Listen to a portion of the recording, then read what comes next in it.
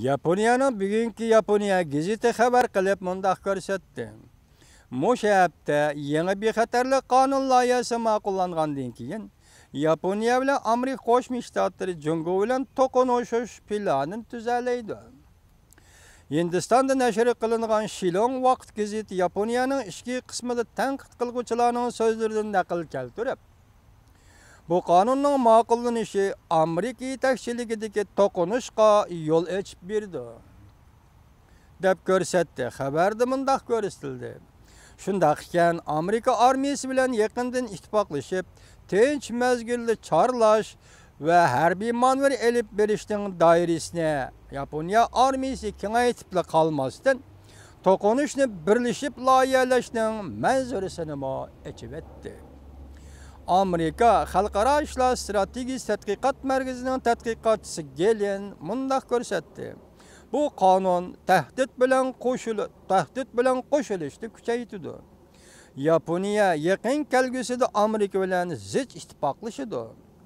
Avstraliya, Filippin, Amerikaning ittifoqdoshlari bilan zich ittifoqlashadi.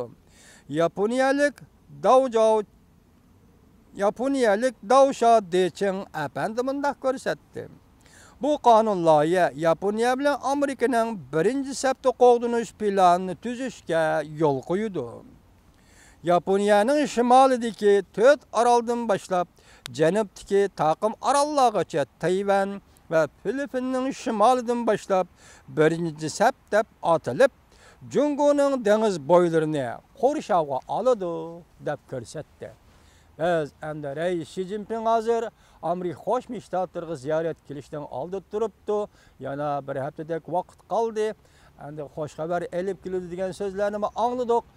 Endi Amerika xalqi hozir Amerikaning siyosiy arboblari Rais Xi Jinpingni qarshi olish uchun tayyorlik qilyapti.